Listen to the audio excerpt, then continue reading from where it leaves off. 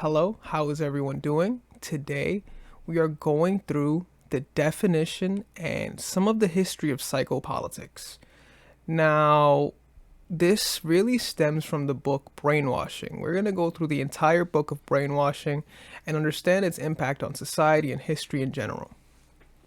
So let's start off with the bullet points. Although punishment for its own sake may not be entirely without recompense, it is nevertheless true that the end of and goal of all punishment is the indoctrination of the person being punished with an idea, whether that idea be one of restraint or obedience. In that any ruler from beyond memory needed the obedience of his subjects in order to accomplish his ends. He has thus resorted to punishments.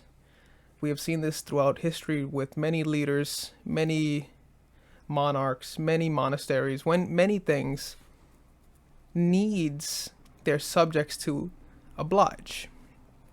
This is true of every tribe and state in history of man. Today, Russian culture has evoked more certain and definitive methods of lining, securing the loyalties of persons and populaces, and enforcing obedience upon them. This modern outgrowth of old practices is called psychopolitics. So, intrinsically, psychopolitics, right? It is the art and science of asserting and maintaining dominion over the thoughts and loyalties of individuals, officers, bureaus, and the masses, and affecting of the conquest of enemy nations through mental healing. Now, a lot of this psychopolitics has to do with enforcing. It's about law and order, right? We see this even in other countries, even in the United States with MK. This is something called law and order, maintaining balance. Let's move forward a little bit. So, the stupidity and narrowness of nations not blessed with Russian reasoning has caused them to rely on practices which are today too ancient and outmoded for the rapid and heroic pace of our time.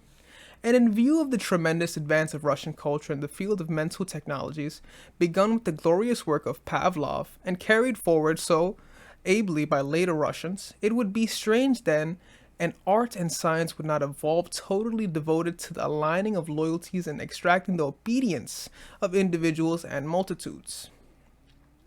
Thus, we see the psychopolitical procedures are a natural growth of practice, as old as man, practices which are current in every group of man throughout the world.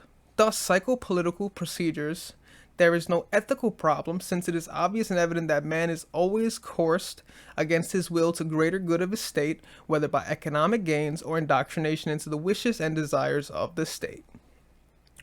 So we're going to really break that last part down. So when it comes down to it, guys, we see how psychopolitical procedures are really embedded in society and how they make humans, which in this reading we will see, I will show you guys, it shows that they are viewed as animals, and how without indoctrination and coercion that man is just animal, right? So we have to understand that whether it be for economic gain or just the desires of the state, it is their job to create obedient individuals by the multitude. Here we go. Basically, man is an animal. He is an animal which has been given a civilized veneer. Now, that statement right there is very prominent. A civilized veneer basically means, think of veneers as teeth, right? When you get teeth, they are artificial teeth. They are not your natural teeth, right? Now, a civilized veneer is saying that they have been put under this construct. Man is a collective animal, grouped together for his own protection before the threat of the environment. Those so group and control him must have in their possession specialized techniques to direct the vagaries and energies of the animal man towards the greater efficiency in the accomplishment of the goals of the state. Psychopolitics in one form or another has long been used in Russia, but the subject is all but unknown outside the borders of our nation, save only where we have carefully transplanted our information and where it is used for the greater good of the nation.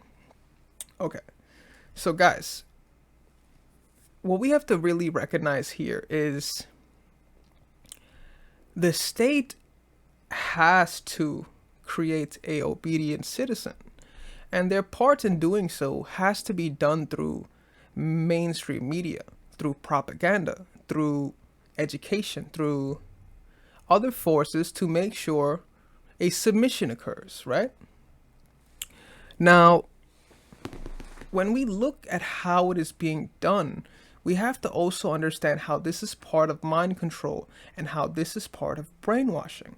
This is all the beginning points of brainwashing. Psychopolitics and politics like this coerce people to believe in the system, to submit to the system, to oblige to the system, whether this be through the state's interests or once again through capital means. Now, there will be more videos that I will upload later that expand on the other chapters of mind control, the other chapters of brainwashing that we will get into. But let's just continue this. Psychopolitics is the art and science of asserting and maintaining dominion over the thoughts and loyalties of individuals, officers, bureaus, and masses, and effecting the conquest of the enemy's nations through mental healing. The use of psychopolitics in the context of foreign nations, countering anti-psychopolitical activities abroad, and the final one, the destiny of psychopolitical rule in a scientific age. The strength and power of psychopolitic politics cannot be overestimated, particularly when used in a nation decayed by pseudo-intellectualism, where exploitation of the masses combines readily with the psychopolitical actions, and particularly where the greed of capitalistic and monarchical regimes has already brought about an overwhelming incidence of neurosis, which can be employed as the groundwork for psychopolitical action and psychopolitical corps. It is part of your mission, student, to prevent psychopolitical activity to be the detriment of the Russian state, just as it is your mission to carry forward in your nation and outside of it, if you are so assigned, the missions and goals of psychopolitics. So guys, that is the first chapter on brainwashing, right? The synthesis of the Russian textbook on psychopolitics on brainwashing, right? This is the first chapter broken down. This is understanding what psychopolitics is and how it is being used and the coercion methods that are going to be used later on. And I will explain the brainwashing tactics in more depth in the future chapters as well.